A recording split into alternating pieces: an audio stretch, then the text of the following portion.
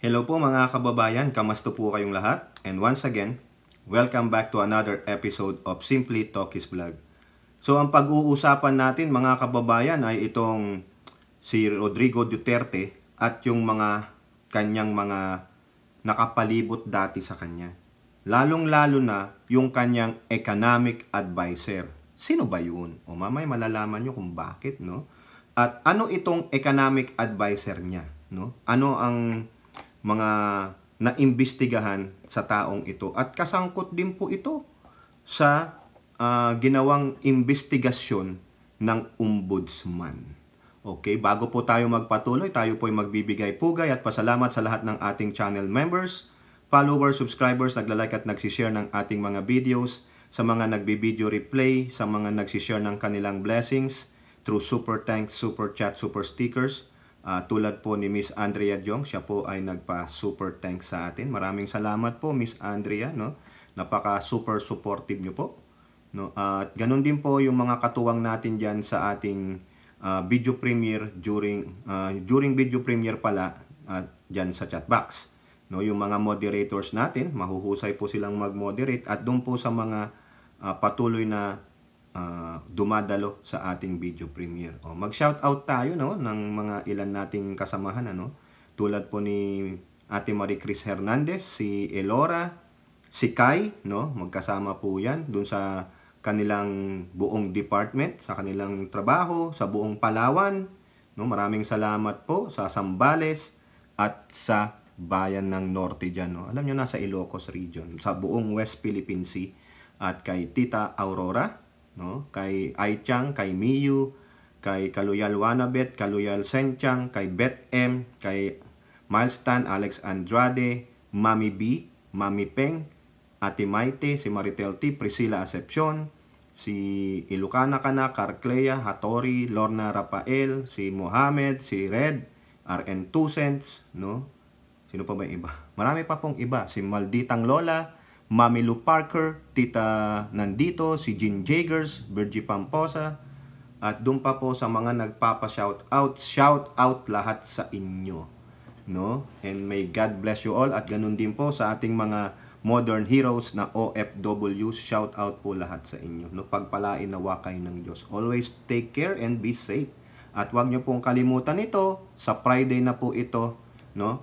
Sila Mami Ping po at yung mga katulad nating mga government, no, supporters na mga vloggers, Marcos loyalists, Marcos supporters, magdadatingan po sila diyan sa Mayo 17, program proper 4 o'clock sa Liwasang Bonifacio sa Maynila.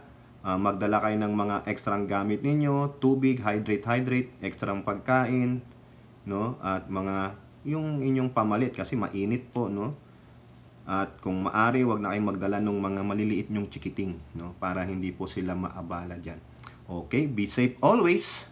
At eto na nga po mga kababayan, no, ang pag-uusapan natin ay itong sa mga Duterte. Ay, teka muna, may nakalimutan tayo. Shout out din natin yung mga kasamahan nating pinanunood kong mga vlogger, influencers na mga pro-admin, no. Si Carclea, si Top 1, no, si Boss Top 1, no, pinanunood po natin yan, napakabait din yan, mahusay, no. Si Kakopi, Mami Peng, Munting Timig, Alibugha, DJ Byron and Music Topic TV, si JIL Review TV, lagi ko nakakalimutan, si Mark Ramos, si Boss Mike Cervera, hindi ko sina-shoutout, si Sir Mike Abe, no, nagsa-shoutout na rin si Mike Abe ng mga vloggers, no. Si sino pa ba? Nakakalimutan ko, baka may magtampo. Si Direk Freddy, napapanood ko po yan. Si Papa Trick, si pangalan nito, si Maestro Paul, balik na po siya, nagbalik na po siya. Hindi niya kilala yung aking channel. Kilala niya yung isa kong handle. alam niya yun. At alam nyo rin yan. Okay, sino pa ba yung iba? Pinanonood ko pero hindi mo tayo kilala ng mga yun, Wapakil sa atin yung mga yun, no? Okay. Ito po, sa GMA News Online. Gordon, yung butihing dating mayor namin sa Olongapo. Magaling po na mayor yan, no? Yan ang kinalakahan kong mayor. Gordon urged probe on Duterte after Ombudsman orders rap versus Duque at Lao. How do I Tagalog this? Paano ko ba tatagalogin tong English na ito? Ayan. Ayan daw po, sa madaling salita, si former Senator Richard Dick Gordon, ini-encourage, hinihikayat ang ombudsman na isama, na imbestigahan itong si Duterte. Diyan po sa, tungkol dun sa, procurement ng PSE, ng DOH, through PSDBM. Ayan po yung istorya niyan. Na base po sa investigasyon ng ombudsman, guilty itong si Duque na former DOH secretary at itong former PSDBM na si Lau kasi of their yung transfer ng 42 o 41 billion pesos para makapagbili ng PSE equipments para sa COVID-19, yung pandemic dati. Yun po yung background nun. Kasi na-vlog na natin yan eh. Ngayon, nung nalaman yan ni former Senator Dick Gordon, kasi di ba siya ang head ng Blue Ribbon Committee nung time na yun ni Digong, di ba?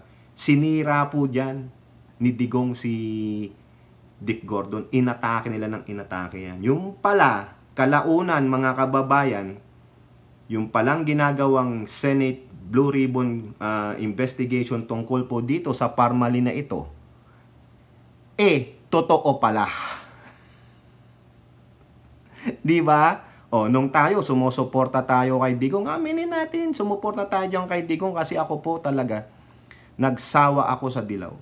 I was waiting for something drastic changes that they can do for our country and fellow Filipinos. Wala po. Dumating si Digong, sabi niya, mag-jet ski ako sa West Philippine Sea.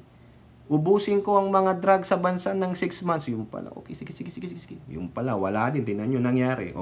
Totoo pala. At mind you, yung ombudsman ngayon na si Martires, appointee ni Digong. Wala na eh. Inisip ko lang wala na si Digong eh. Wala nang makakapagpigil sa kanya. Baka hindi rin siya tumatanaw ng utang na loob. Yan. Pasok sa banga si Duque at si Lau. Si Duque, meron po ako nabasang isang article na kanya pong iaapila yung desisyon ng ombudsman. Kasi sabi ng ombudsman, ipo-forward na nila ito sa sandigan for formal filing of charges and complaint. Ayan po yan. Ito, basahin natin ito. Former Senator and Senate Blue Ribbon Committee Chair Richard Dick Gordon on Wednesday again called former President Rodrigo Duterte to be investigated in relation to the multi-billion Parmalee Pharmaceutical Corporation contract. Gordon made the remark after the Office of Ombudsman ordered the filing of graft charges against former Health Secretary Francisco Duque III and former Budget Undersecretary Christopher Lau over the alleged, irregular transfer of over 41 billion for the procurement of COVID-19 supplies in March 2020. Ayun po yung na-find out ng ombudsman between this Duque and Lau that they irregularly transferred. Wala silang karapatan para mag-transfer niyan. Ang tanging may karapatan dyan ay ang Kongreso kasi they are the one who created the budget and approve it and for submission to the President. Hanggat walang concurrence ng Department of ng Congress, hindi pwedeng mag-transfer ng pera from one department to another department. Kailangan aprubahan muna. Ayan. Ang tanong, sino nag-utos nun? Sino nag-utos? Dapat imbestigahan yung head. Sino head? Di si Digonggong, di ba nasa Office of the President yung mga yan? Ang ebidensya nandun, nasa Blue Ribbon Chairman's Report. Na-ignore yan kasi kakamping na Digong yung mga yun At doon sa report ng Blue Ribbon, nakalagay doon si Duterte. Pag natapos ang term niya, dapat imbestigahin. Nandun yun, malinaw yun. Lahat sila dapat maimbestiga. Ang tanong nga, Mayor na lang po. Sanay po ako. Pasensya na po, Mayor Dick Mayor Dick, ang nanay ko, balikatan po ang nanay ko, Ma'am Kate, saka si Ma'am, yung mother mo. Kasi si Kate Gordon, asawa niya si Ma'am Amelia. Batanggap po Alam po namin yan. Nag-volunteer din po ako sa Subic dati nung Nililinis natin yung mga hotel dyan sa Biniktikan. Oh, alam ko po yun. Mother ko, kuya ko, saka ate ko, wala silang sahod noon. Full-time volunteer sila. Saka lang sila nagkasahod kasi tinrabaho ni Mayor Dick Gordon nung siya ang SBMA chairman. Ayan yung laking hirap yun noon. Tatrabaho ka. Ako noon kasi nasa kolehiyo, no? Pag ano lang, summer break, 2 months, tulong ako doon. Walang sahod.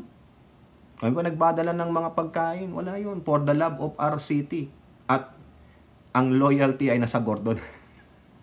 Di ba, Mayor? Oh, okay? Paano ba nagsimula ito? Sino ba ang nag-appoint kay Lau? Sino ba ang nag-appoint kay Leong hanggang sa ombudsman? In-appoint nino? Ni Prime Minister ni Baao. From the very beginning, siya ang nag-appoint. Tama! Bakit hindi ngayon maimbestigahan ng Senado? Mig Subiri. Alam niyo kung bakit? Hinaharang nung mga kakampi siguro, maybe, ng mga kakampi ni Digong, yung mga naiplanta niyang mga uto-uto, mga naiplanta niyang mga minions niya dyan sa Senado. Tama, mali. Oh, ay sabi ni Gordon, malinaw oh. Pag natapos ang term niya, dapat imbestigahin. Nandun yun, malinaw yun, o nandun sa Senado. Anong ginagawa ng Senado? Because the Senate is so incompetent. Why? Anong dadahilan din? Marami kaming proyektong dapat asikasuhin. Ano? Yung LEDAC bills ng Pangulo? Wala pa nga kayo hanggang ngayon, no? Mga ngalahating taon na, wala pa kayong naaprubahan na iba? Daig pa kayo nang nasa House of Representatives, 19 na yung naiforward yata sa inyo o 16. 4 na lang ang tatapusin nila, pero kayo wala. Out of 16, wala. Bokya. Nag-recess na kayo. Bumalik na kayo ng recess. Magre-recess na naman kayo nitong katapusan ng buwan. What? Walang dumadaan sa plenary. What are you doing, mga freaking imbeciles? Wala eh. Hindi yata alam ni Subiri ang kanyang priority bilang Senate President. Diba? Ledak-ledak. Nag-propose Pangulo, tinapos ng House. Ano ginagawa ninyo? Natenga. Tapos nagmomoto proprio ang hearing sa PIDEA Leaks na hearsay lang. Walang kwenta. Tapos pag nako-call out, nag-iiyak. Parang batang inagawan ng candy ang putya.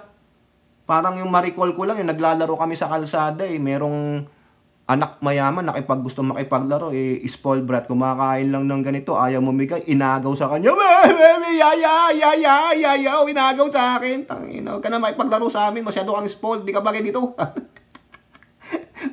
Mga prejudice ang dating Tuloy, Gordon was referring to ex-DBM Procurement Director Warren Leong, who was among the personalities that the Office of the Ombudsman wanted to be filed with 3 counts of graft charges. Ay, tuluyan nyo na yan. Tuluyan yan. Diba? Tuluyan yan.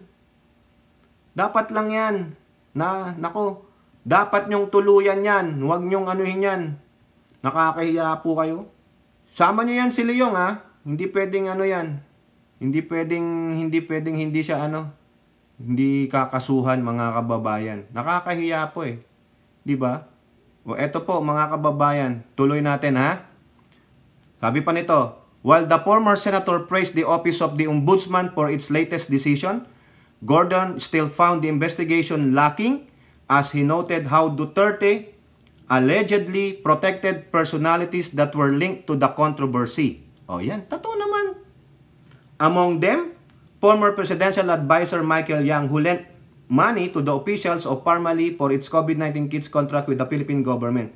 Kulang ang investigasyon. All the way tayo at hindi makakaila dahil sa bibig mismo ng dating presidente nang galing yung mga sinasabi niya na walang kasalanan sila Michael Yang. Adding that the Senate's arrest order was not served to Yang because he was protected in Davao City. Tingnan nyo. Kahiya, no? Malamang.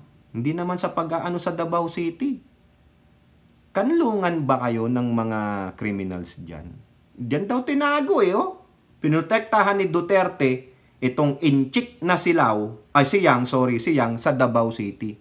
Doon nagpupuntahan itong mga inchik. Ha? Ito pa, naalala ko itong magkapatid na to yung kinulong tapos pinauwi yan He also noted that Parmali executives Mohit Dargani and Twinkle Dargani attempted to flee the country after the Senate Blue Ribbon Committee cited them in contempt and they were arrested at Davao. O, tinan mo, Davao na naman! Akala ko ba maayos ang Davao? Ano meron sa Davao? Protector ba kayo? Tatanong lang ha, nagtatanong lang. O, ito sabi ni Gordon, bakit dun sa Davao? Malinaw na malinaw As clear as day na nagsimula ang tinatawag nating pangungulimbat, ang pagpapahirap sa tao doon kay Duterte. Correct!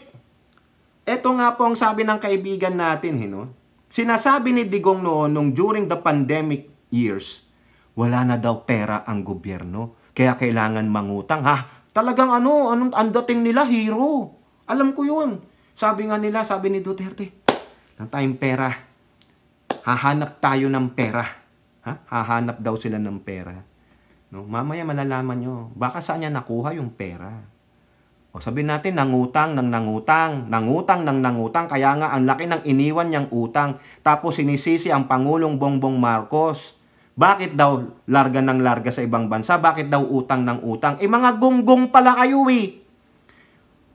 Nilimas ng amo niyong Duterte ang pera ng bayan. Anong sabi ni Ninang Lisa?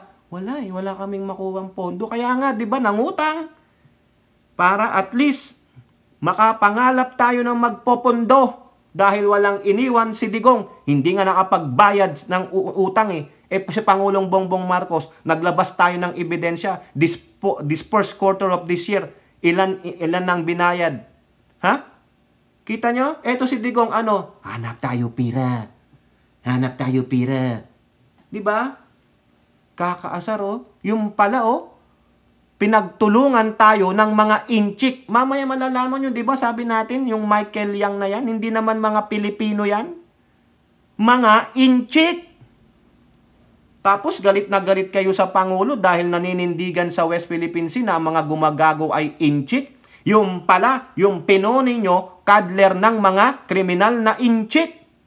Mamaya malalaman nyo, may papakita tayo dito. Tapusin lang natin ito.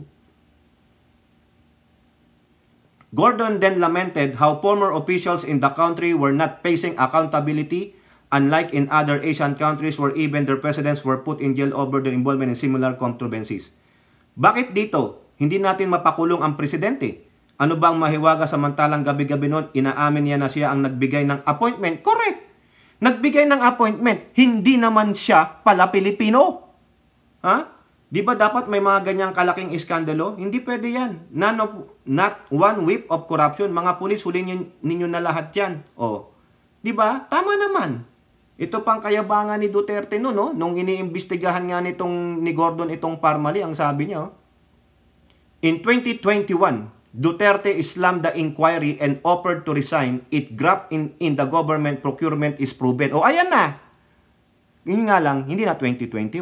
Sa bagal ba naman ng pag-usad ng investigasyon, inabot ng 3 taon. Di sana kung ganun kabilis ang ombudsman na kaagad, pinagtuunan ng pansin. Di sana nag-resign na si Duterte, hindi na tumagal pa. Kaso papalit si Lenlen. Dito ko sinabi na mag-resign ako kung may corruption diyan. Ora mismo bababa ako. COA na nagsabi na walang anomalya sa disbursement at delivery ng items. Ano ba ang gusto mo ma-elicit? Ano ba ang inyong gusto? Yan talagang tinago ni Digong ito, pinortektahan niya yung kanyang appointee na si Michael Yang. Ayan mga kababayan. Sino ba tong gagong Michael Yang na ito Bago natin anuhin itong si Michael Yang, tingnan natin ito.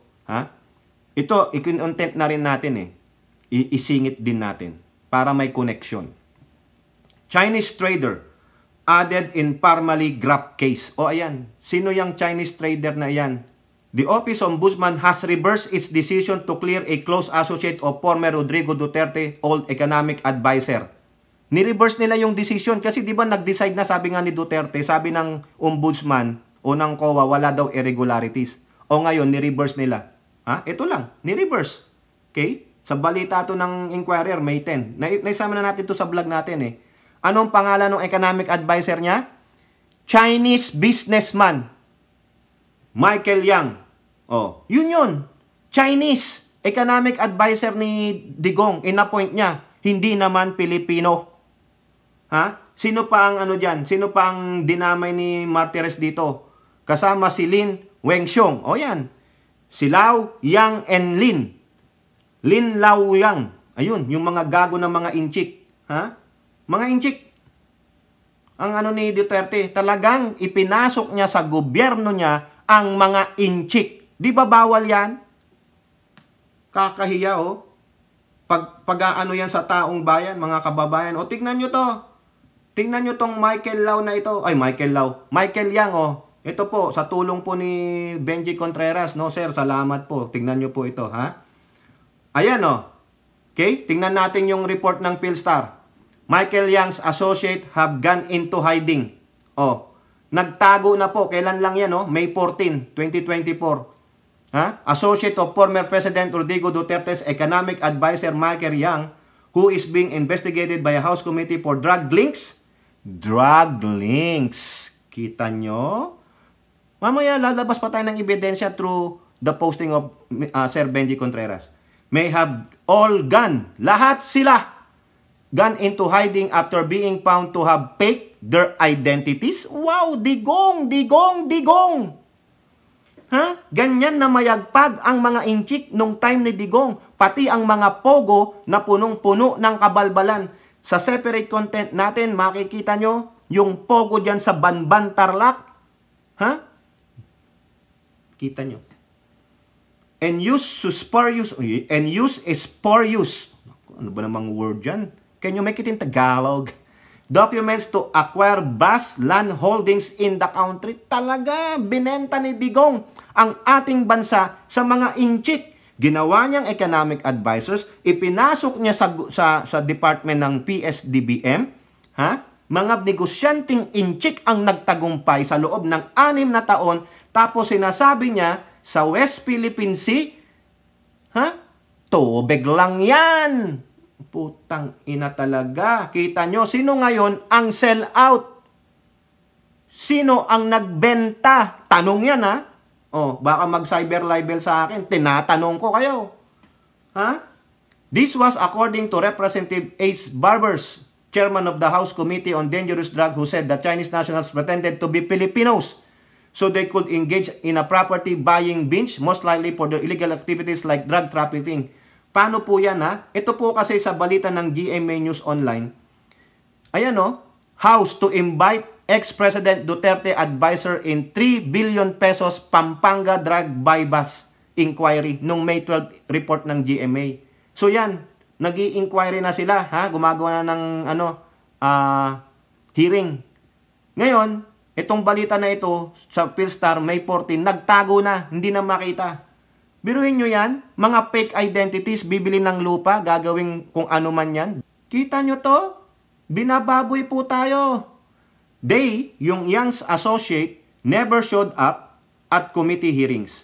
Even the NBI could not locate them. Wow, tumakas na po, Representative Barbers, tumakas na. Baka puntahan nyo sa Davao, nandyan sila.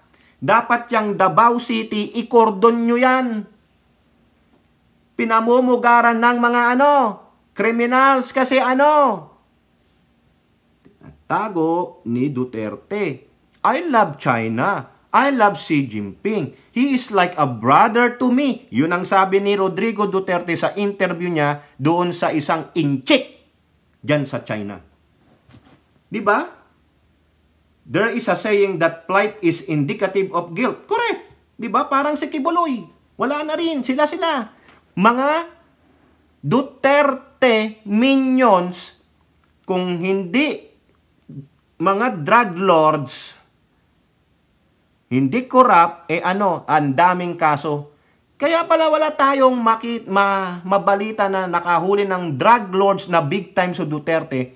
Puro mga pipitsugin, yung iba tinegi pa. Dahil pala, yung kanyang black book na pinapakita noon, nasaan na yung 5 general ng pulis na sinasabi nilang kasama sa mga drugs? Nahuli ba?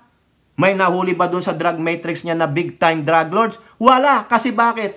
Baka yun ay gawa-gawa lamang pero ang totoo ay nakapalibot sa kanya. Ayan po ang lumalabas dito sa investigasyon na ito.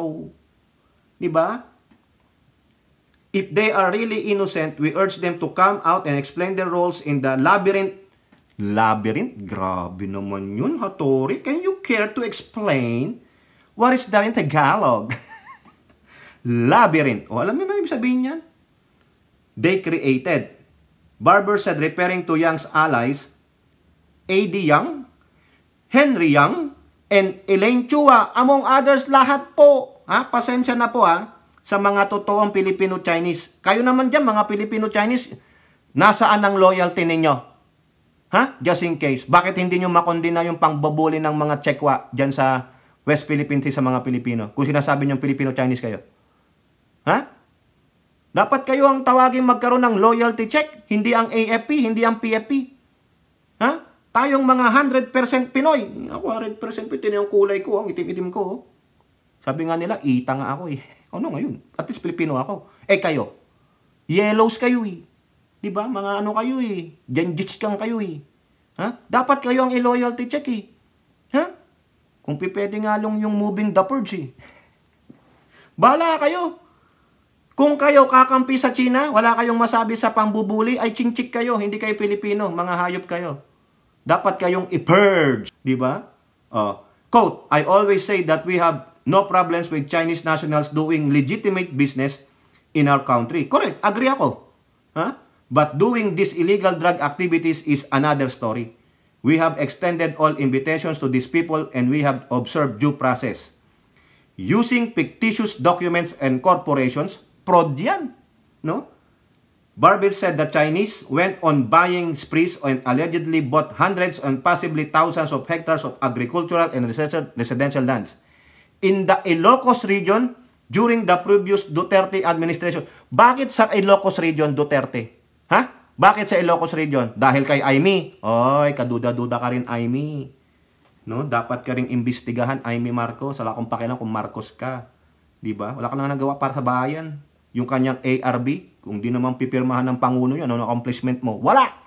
Puro ka may paganong-ganong ka pa kay Mayor Alice Guo, kay Pretty Woman. Pasok ay Chang. Pretty woman, walking down the street. Pretty woman, ay yung pala'y inchik.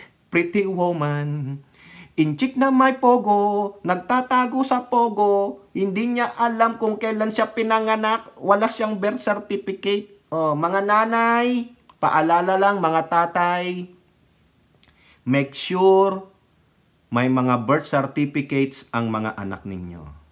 Huwag na kayong magpatumpik-tumpik ng late registration. No? Huwag na mag-antay pa na 21 years old ang anak nyo, saka nyo iparegister. Kaduda-duda na yan. They have also started building warehouses. Ay nako, spy po yung mga yan. Gawin mo na, barbers, ang dapat ninyong gawin. Dismantle them. Ginawa pa niya. Dapat doon na lang kayo sa Davao, pang putang ina ninyo. No? Doon kayo sa Davao. Ito na lang. Last na to. He also said there is nothing new about Yang's alleged drug connection, particularly to the 3 billion pesos worth of shabu seized in Mexico in Pampanga in 2023. The connection of alleged drug lord Michael Yang to these drug activities is no surprise. Remember that in the past administration, he was named by the top official of the PMP, who was then tasked to investigate illegal drugs o illegal drug activities. Sino yan? Ito po, tingnan nyo courtesy of, again, Sir Benji. Ayan si Ansierto ba to dati? Ayan ang Chinese national na economic advisor ni Pangulong Duterte na si Michael Yang ay isang drug lord. Kaya pala hindi matapos-tapos ni Duterte ang drugs within 6 months of his presidency because of I love China. So sino ngayon ang drug addict? Di ba? Kita nyo? Sumisigaw kayo na natsumochongki ang Pangulo. Yung pala, tignan nyo. Tignan mo to. Hoy, ikaw na professional liar, jukebox queen dyan sa LA. Picture. Now we can conclude. Sa picture lang, i-conclude na natin. Ano sila, di ba? Siya pinapakita niyang katabi ni Michael Araneta yung isang inchik daw na smuggler kasama si Ninang Lisa. Picture lang yon. O therefore, sabi niya, smuggler si Ninang Lisa. Oh, how about this? The shotgun photo, they called it. How about this? Sabi ni PIDEA Chief Isidro La Peña, confirms who? Peter Lim is a drug lord. Michael Yang is a drug lord. Sabi nung ansierto na yon. Sabi ni ex-PIDEA La Peña, Peter Lim is a drug lord. Oh, what? So therefore, Digong is surrounded by drug lords na hindi niya mahuli-huli ng mga big names. Kasi bakit? Tapos sasabihin nyo, namumuhay lang ng maliit lang yung bahay sa Davao. Nakita nyo ba yung rest house niya sa Davao? May video po nun. Ilang hektarya ng lupa ang rest house niya? Diba? Kung may Peter Lim po doon sa drug list, yung Peter Lim po ba kinita ni Pangulong Duterte ang Peter Lim na drug lord?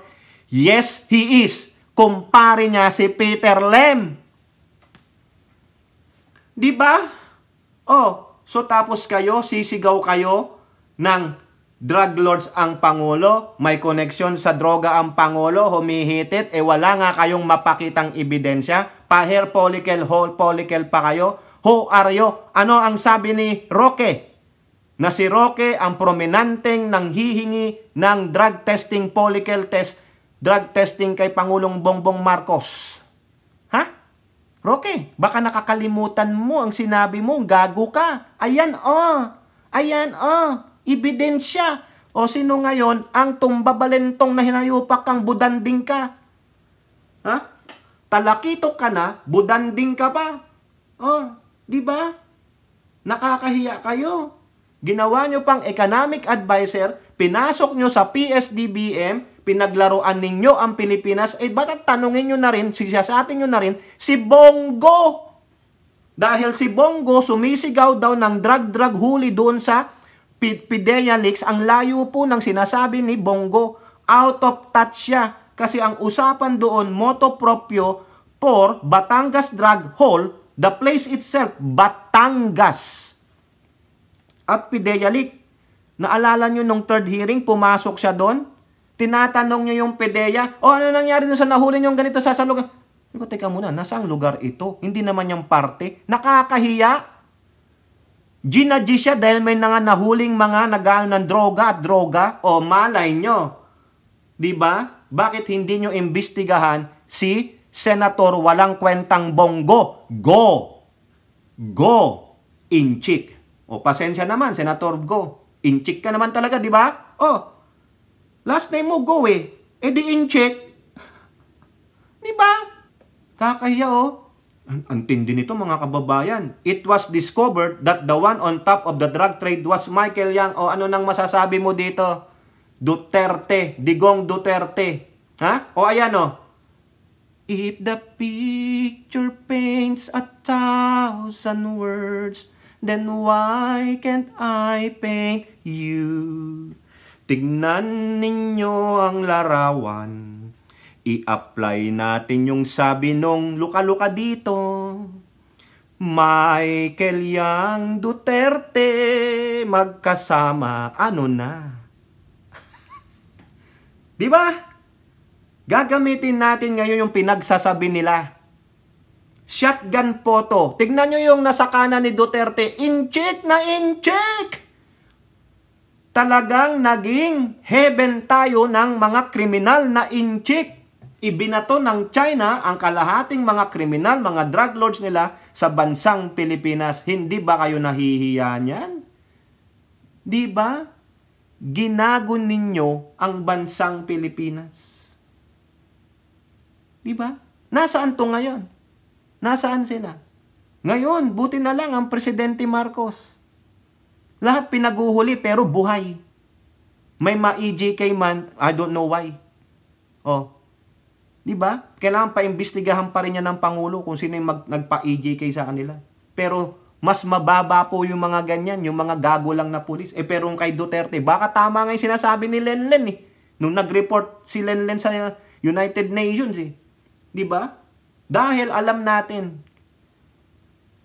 katawa-tawa, kasinungalingan, pambabalahura ang gobyerno ni Duterte noong 2016 to 2022. Walang kwenta po. Yung mga sinasabi niyang ganyan, na ganito, improvement is just a facade of a bigger crime syndicate in our country because he allowed this Chinese national to be implanted in our government to ruin our economy because of this family and the drug trade. Kunwari lang ang droga, hindi niya pala masusupil dahil bakit? Napalibutan niya ang sarili niya ng mga droga. Baka tanong lang, baka ikaw ang pinaka-head ng drug ring. Kunwaring gawa ka lang ng report, hindi mo pinakinggan yung report ng iyong mga polis na iyang si Michael Yang ay isang drug lord. Bakit hindi mo hinuli? After na makipagkita sa iyo si Peter Lim sa Malacanang, after that, he is nowhere to be found. Nasaan na siya? Hindi natin alam, baka tinegi na o pinalayas na lang para walang ebidensya. Di ba? You have done a lot of misdeeds, Mr. Duterte. Ako po talaga nabulag, sorry naman. Alam din ng kaibigan natin yan. Nabulag tayo. Nabulag po kami. Walang Marcos eh. Laking Marcos po kami. 70s kami. Even though mga bata kami, but we already know how the old Marcos governed. It's much better than what you are called the greatest president of all time, si Duterte. Mga ulol! Tingnan nyo ang picture. Yan ba? May sigaw kayo ng magpa-drug test ang Pangulo? Ayusin nyo muna to. Fix this old problem muna. Bago nyo sabihin, magpa-drug test, hair follicle ang Pangulo. Pero sinasabi ng kakampi nyong si Budanding na talakitok na si Roque, ayan o. Di ba? Flip-flapper. Gago pala kayo eh. Huling-huli kayo. Oh, nasaan na sila? Nagtakbuhan na, sabi ni Barbers. Nowhere to be found na sila. O di ang gawin natin, mag-issue kayo as a court order na i-sequester lahat yan. I-sequester lahat ng mga binili ng mga inchik na yan, na sangkot dyan, yung mga property. Gawing storage facility ng gobyerno, Pangulong Bongbong Marcos, if those are warehouses. Gawin ninyo. Di ba yun naman ang goal natin sa DA? Make a lot of cold storage para sa food production, hindi mai-spoil para meron tayong so be it. Tapos halughugin nyo ang Davao City. Halughugin nyo yung buong Davao. Yang Region 5, sorry naman sa mga taga Davao mahal namin kayo. Pero yung lugar ninyo pinamumugaran ng mga katarantaduhan ni Duterte. Pasensya naman po, no? O kayo po, mga kababayan, anong masasabi nyo dyan? Isang topic lang tayo, no? Pero mahaba po, no? Diba? Dapat imbestigahan din ng ombudsman si Duterte. Siya nag-utos niyan eh. Diba? Parang yung kay former President Donald Trump lang. Yung The Apprentice. Kung nanonood kayo nun, dalawang group yan, separate group, pinagsiseparate niya. They have different tasks at hand. Ngayon, yung losing team, no? Ang kalamitang natitegi, yung napapire out, yung sasabi ni former President Trump, you're fired. O, di ba? Former President, ha? Talk to me, call me. Just in case. If you win, just in case, this November, call me. Joke lang, Mr. Trump. Ikaw naman. Call me. So we can have Starbucks. Pinakain nga ni President Donald Trump yung mga athlete ng McDonald's. Kuripot. Di ba? Oh, ano sasabihin ninyo? Ha? Ano na? Ang laking insulto niyan sa atin, mga kababayan. O di ba, mga kababayan, tulad ng sinasabi ko lang, yung The Apprentice Show. Kung natalo yung isang grupo, sino ang mostly na natatanggal sa grupo? Ha? Yung kapalpakan ng buong grupo. Sino ang mostly pinapire out ni former President Donald Trump dun sa show niyang The Apprentice? Di ba yung leader ng grupo na yon? Because he doesn't know or she doesn't know how to manage them. How to become a leader. So Duterte, sinasabi niyong great leader pero napalibutan siya ng mga inchik, ng mga unscrupulous ang mga business dealings, may mga drug lords. Di ba? Pinaglaruan nila ang Pilipinas. Alam yan ni Duterte, huwag siyang magtanga-tangahan. Nakakapagsalita pa nga siya sa mga rally nilang mautog eh. Alam niya yan. Baka nga, tanungin natin, baka nga si Duterte ang leader nila Manchurian candidate ng China noon si Duterte. Yun. Naalala nung 2016 October when he went to China and professed that I'll be aligning with the Chinese. Ayun na. Nagsimula na. Pinamugaran na siya ng mga inchik. Ano ang kapalit? Pinangalan sa nanay niya ang isang building sa isang school sa China. Diba? Sell out na sell out. O dapat siyang imbestigahan. Siya ang leader eh. Siya ang presidente that time eh. O, ano ginagawa ni Martires? At sinabi rin ni Gordon dun sa kanyang Blue Ribbon Committee findings, pagbaba ni Duterte dapat siyang imbestigahan. O ba't hindi ginagawa? Tatakot pa rin kay Duterte? Ha? Meron pa bang clout sa inyo si Duterte? Wow. Ganyan po kababoy ang ating mga nasa kaupo sa gobyerno.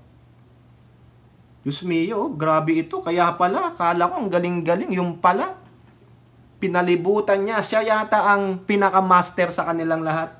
O ngayon, nagtakbuhan na, wala na. Diba? Wala nang matanong dito sa barbers. Kasi yung Michael Yang at yung mga kasama nila, nagpulusan na. Saan dumaan yan? O, diba? Naalala niyo yung Parmali investigation? Lahat sila nandun sa Davao. Yung magkapatid, tataka sa Malaysia. Nasa Davao Airport, nahuli. Diba? Bakit sa Davao? Bakit sa Davao? Ano ang meron sa Davao? Crocodile farm. Oh, ang dami palang crocodiles doon. No? Parang yung napanood ko dito sa YouTube. Give 5 animals in English. Oh, mga Afrikano po, sabi dog, cat, snake, horse. Tapos wala nang maisip. Kasi pag nakapagbigay ng 5 hayop in English, may price siya. Tapos sa huling-huli sabi niya, lakos. Diba, Ai Chang? Oh, hayop naman yung lakos eh. Sa mo makikita ang lakos? Hindi po sa sa mall. Hindi po sa store na lakos. Saan? Sa Davao. Lelelelele. Kayo nga, give 5 animals in English. Kai, Ay, Elora. Sige nga. Ate Marie Chris Hernandez, ikaw dyan, tatawa-tawa ka lang dyan. Sige nga, magbigay ka nga. Ate Maite, ikaw Mami Peng, tawa ka lang at tawa dyan. Magbigay ka ng 5 animals in English, ha? Lakos.